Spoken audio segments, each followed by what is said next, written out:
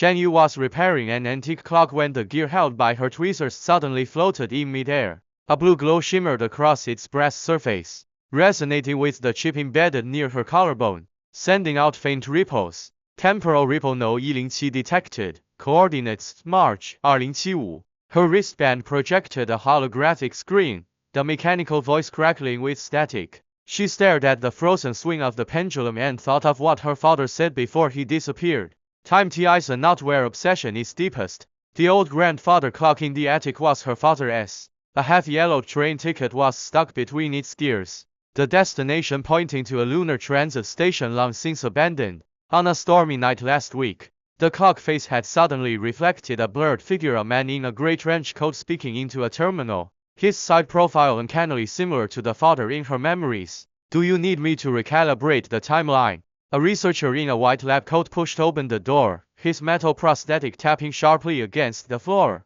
He was the observer sent by the Time Management Bureau, always appearing whenever she touched the clock. Shen Yu suddenly noticed the emblem on his sleeve, the exact same as the logo printed on the ticket to the lunar station. The grey trench coat reflected in the clock's surface last night was now draped over the back of his chair. The clock hummed and the blue light condensed into her father's face.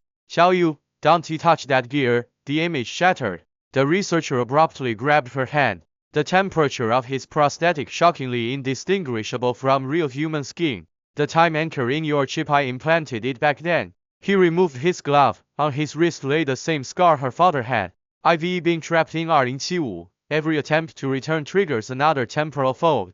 The floating gear slowly settled back into the clock's core as Shen Yu watched. Blue light flowed over their overlapping hands. The clock began ticking normally again, and within the shadow of its swinging pendulum, the half-folded lunar ticket gently unfurled.